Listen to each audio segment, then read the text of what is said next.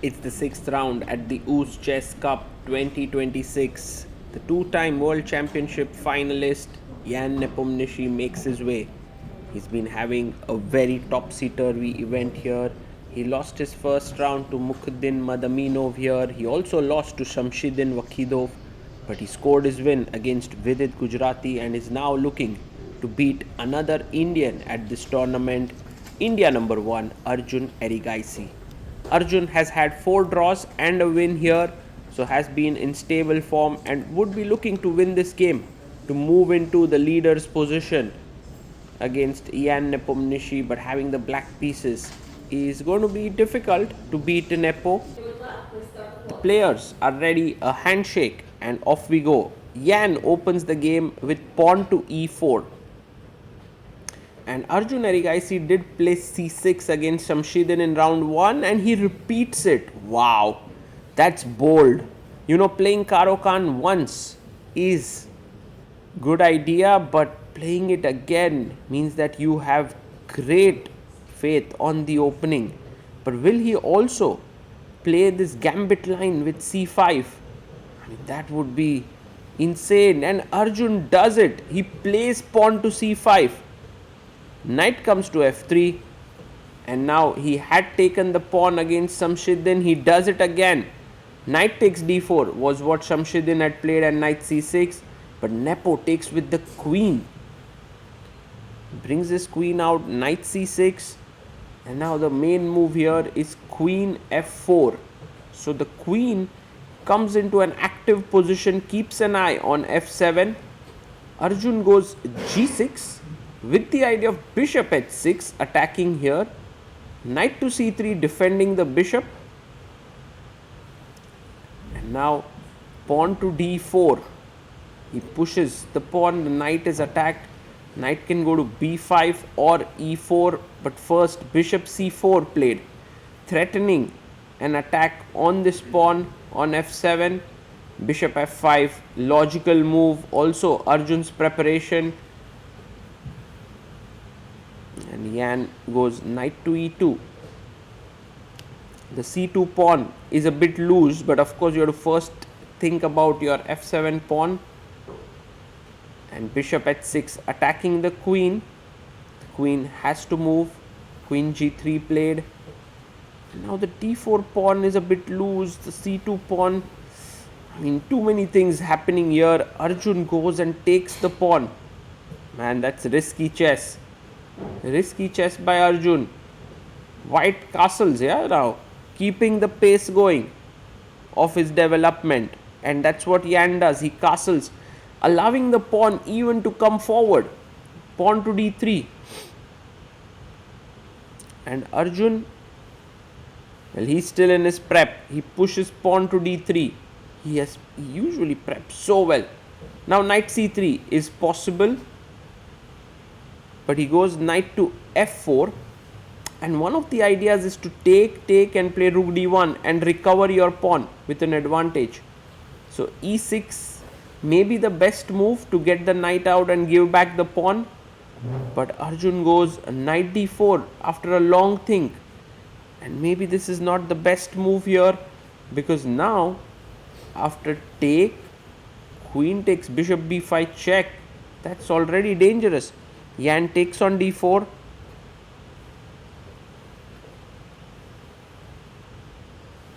Queen takes d4, attacks the bishop, and now bishop b5 check, king f8, and knight takes pawn. But instead he takes first bishop d3. Now notice, if bishop f4, you have the intermediate check and then picking this up. So bishop takes d3 by Arjun, and knight takes d3 taken. Well, this is already a very comfortable position for white. Arjun comes in with the rook to d8 to attack the knight on d3, and rook d1 defends the knight. We have bishop takes c1. I mean, in some ways, white's development is just amazing. But Arjun has an idea. Knight h6, castles, knight f5, and he seems like, it feels like his position should be okay. And Nepo plays queen f3. He attacks the pawn here, and the problem is that after queen d5 I simply take and play knight c5, and your problems haven't been solved as black. So Arjun sacrifices a pawn here. He goes castles. This is excellent judgment, by the way, by Arjun. Queen takes pawn, takes the pawn on b7, and now knight to f5. And Arjun plays it. With this move, he defends e7, the queen defends a7, and then you want to kind of put pressure on b2. The queen comes back, and taking this and playing the endgame is also possible. It's not completely lost or anything like that. Queen d5, eyeing the a2 pawn.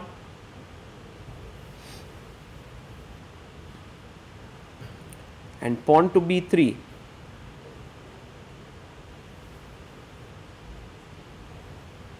Just stopping the attack on a2. He goes rook c8. And you know, the reason why black has sufficient compensation is because of this pawn on e5. You can see how the queen and knight are wonderfully placed. He goes rook c5, attacking the queen. Rook takes, queen takes. And now taking here would be a very sad endgame to defend. So he keeps the queens on the board. Queen e4, a good move. And Nepo goes queen to b4.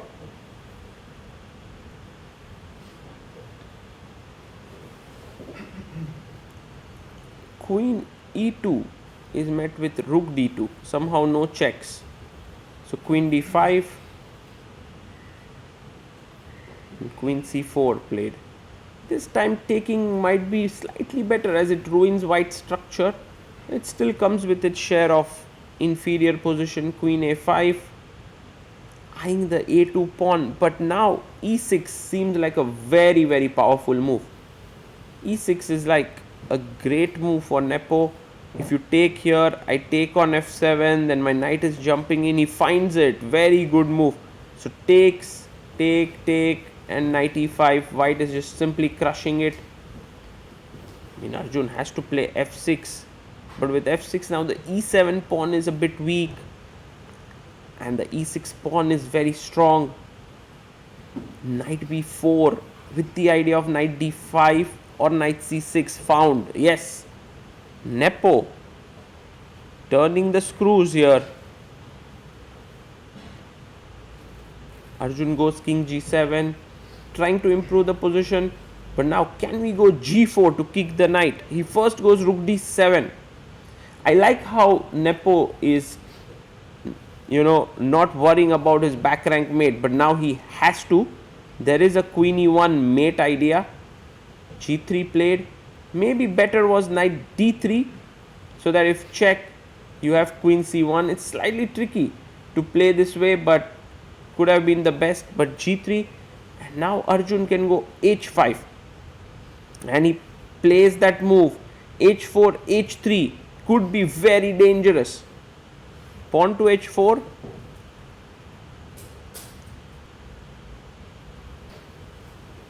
Now a5 played. The move a5 attacks the knight on b4. And Nepo goes knight c6, hitting the queen and the pawn. There's queen e1 check. King g2. What's the defense? I think the only move now is rook c8. Pinning. He finds it. White goes pawn to a3. And now Arjun, king f8. He's playing really accurately. 13 minutes left for the last 7 moves to reach move 40. We are on move 33. He comes back with the rook. A very interesting idea by Nepo. He wants to put his rook to f3 and maybe threaten here. King goes back to g7. Maybe a repetition coming in. Rook d7. King g8. He comes back. And Arjun, of course, okay with a draw here. He's a pawn down. He's under pressure. He Yan goes rook f3. And now queen d1 should be a nice move. But Arjun instead goes queen d2. And this allows putting pressure on e7 pawn with queen c5. He goes b4. It's not the best move here. Takes. And now queen d1 or queen e1. These are good moves so that later the rook can come in. Arjun plays queen d1. It's move 39.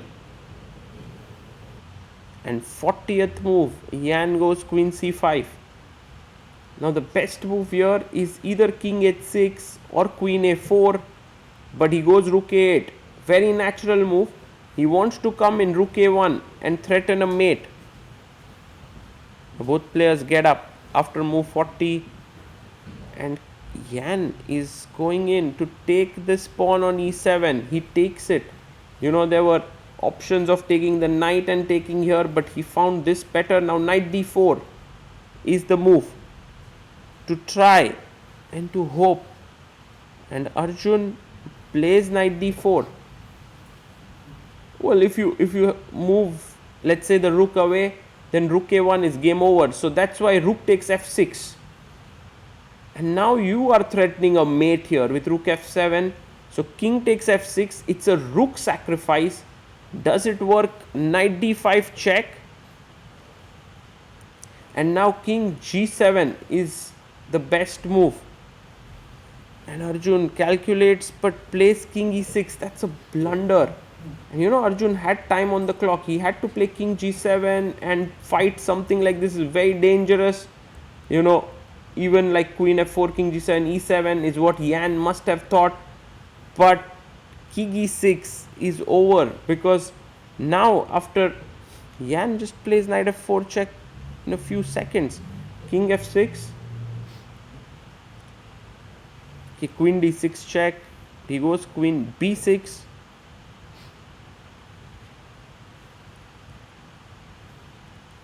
King comes to e5. Okay, if you go king e7, queen b7 check picks up the rook. So king e5, queen c5 check, king f6. I think check here is important. Nepo goes for another check. This time thinking hard. Arjun comes up. And now queen c7 if you want to win. Not an easy line to calculate, but he's done it. Queen c7, no squares here. King f5, there's queen f7. So king f6. And now queen d6 check finally gives that check. King g7. Is the king escaping? Well, not really. Knight e6 check. Can't take the knight, the queen is hanging. So king g8, and now a beautiful move, knight to g5 ends the game. Because, well, let's just imagine a move like rook a1. You have queen takes g6, which is over. Queen d3, he resigns here. There's queen d5 check. King h8, you lose the rook, and it's completely winning. So knight g5, what a nice move by Nepo. What an attack with the queen and the knight. Absolutely amazing. And what I love to see is how Arjun is analyzing here, and he's interested to know, and they are talking about the game. We did catch up with Yan Nepomniachtchi towards the end of this game and tried to get his thoughts. Himank, who is there at the venue from ChessBase India, spoke to him. Check out the interview after this. We hope you enjoyed the game. A big boost for Yan in this tournament. For Arjun, well, a win could have pushed him to the top spot on 4 points, but this is not great for him. With 3 more games to go, he might need 3 wins like Prag did in Norway to win this tournament. Nepo, in recent times, I think one of the best games we've played today. What a game today. I think with the overall ideas and just in all the crunch moments, you finding all the best moves, putting pressure throughout the game on the board, perhaps on the clock, I can say. Wow, what a game. How do you feel? I mean, like, feel better than yesterday, but the problem is, like, you also have to play well with, with black, and, playing, like, I don't know, like in a kids tournament, going for some, winning, like so-called winning chances, like basically for no reason, and like getting like whatever, like nearly lost position after 10 moves. Actually, that was happened to me against Wahidov last year at the same tournament. So here I improved, but not a bit, but not too much, because actually I could. I could make a draw after all these adventures, but somehow, like, it was like one of the worst games, and I believe somehow, like, the game against Vidus would be very good if I would just stick to the plan and play knight h5. So as strange as it would sound, I'm overall satisfied with the quality of play, besides like some disastrous 2 rounds, first round and yesterday. So I'm not sure. Like, going finally to today's game, I'm not sure what was it like. So all in all, I think I got a free hand from the opening.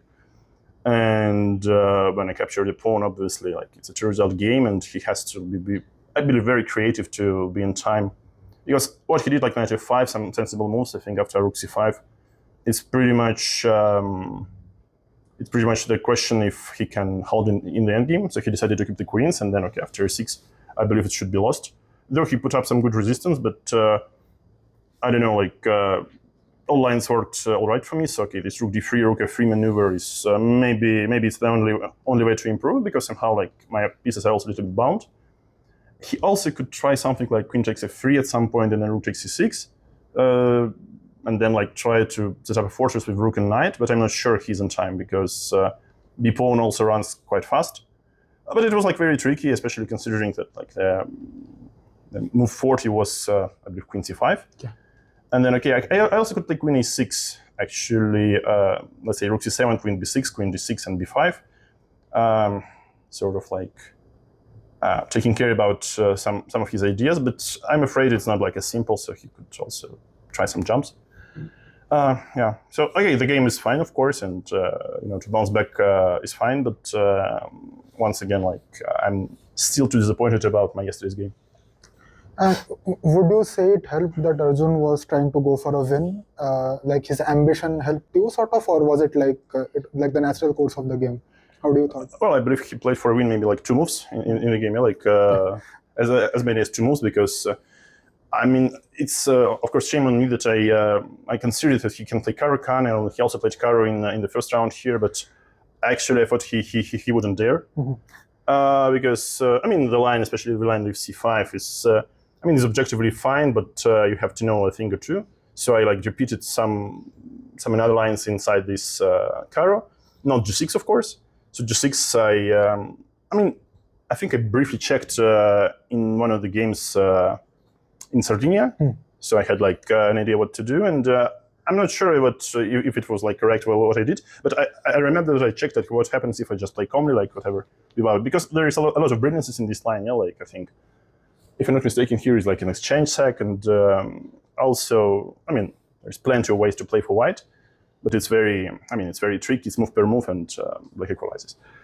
So, he normally seeks for a complex game, so this is something more correct rather than, like, he was playing for a game. I think he was, like, quite happy with a draw, starting with, like, I don't know, like, move, 94 is very indicative. But if he plays e6, there is also, I'm going to play e6 myself if he doesn't, and also my next move is probably knight takes d3. So I'm winning back a pawn and keep the better development. So, once again, shame on me that I didn't repeat the lines before, but once again, I was too destroyed, like, after yesterday, so I just barely opened my ChessBase. And just one final thing about the game. When Arjun took this pawn, you mentioned that perhaps king g7 is also losing, but actually king g7 is the only move there, according to the engines, which holds. It holds? Yeah, it holds somehow with some, in some I was crazy calculating, like, queen c7 check, let's say king h8, I believe, queen e5, king h7, knight f6, check, king h6. And here I calculated like queen f4 check, I believe, king g7, and here I calculated e7. Yeah, but this was the line. This was the line I was relying on. I have to, of course, check the details. No, but probably it draws, but then okay, I also had the fancy idea of e8 under promotion, the knight. Yeah, by draw, I mean, of course, it's still like 0.5, 0.6 according to the engines for you. But okay, of course, then, like you are the person who's pushing. But then it never a draw. Yeah, that's true. Never over till it's over. Yeah. But when he took this pawn, I think you thought for a long time when Arjun was walking around, and then you were sad. Like, what was going through your mind then? Did you consider this as the move he would play? I mean, I was. You mean knight h7? Yeah, knight. No, I mean, I was choosing between rook h5, which optically is winning, but I was a bit unsure about the final position with his queen on f1, like queen on e1. Let's say my king is like protected, but at the same time, if he attacks twice f2, then I'm sort of not like in trouble, but I have to be careful. And of course, my pawn is on e7, but I wouldn't be surprised if there is something happening. Probably not, because I play e7 quickly. f2 is never really hanging. But also, what I didn't like is that my knight on c6 is so far away that basically he just I don't know, like probably it should be an easy win when you check the position with an engine, but for me it wasn't easy at that point. And I mean, it was like a bit too, tempting to, counterattack finally, like to sacrifice something, give a bunch of checks, and then, I mean, I was heavily relying on my overall understanding that queen and knight should deliver a mate to a lone king, because king is basically lone, like pieces are almost not protecting him. Yeah. But I mean, once again, there are a lot of defensive resources in chess, so all in all, I always would have a perpetual. Yeah. Yeah, but like a great win. You mentioned that after that loss to Shamsuddin, you decided not to prepare so much for Arjun today. Do you think in hindsight that helped actually, and that sometimes like maybe going with a fresh mind and not preparing for a specific line helps? Or no? No, also the issue that when you play against some players, you overall, I don't think it's like a good time investment to go for a deep preparation, because you can barely guess what Arjun will play. Yeah.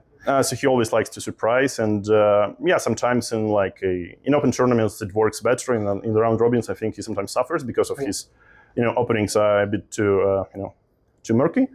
But he reminds me a little bit of Chucky, who would also, go for any opening, including say Scandinavian, and I'm not sure if Chucky played Alekhine, but normally when you play against Chucky, you just pick one line, one opening, and you prepare it, and you hope it will happen. But if not, then not, it will be a game. Once again, congratulations on a beautiful game, Nepo, and best wishes for all the upcoming rounds. Thank you. Thank you. Thank you.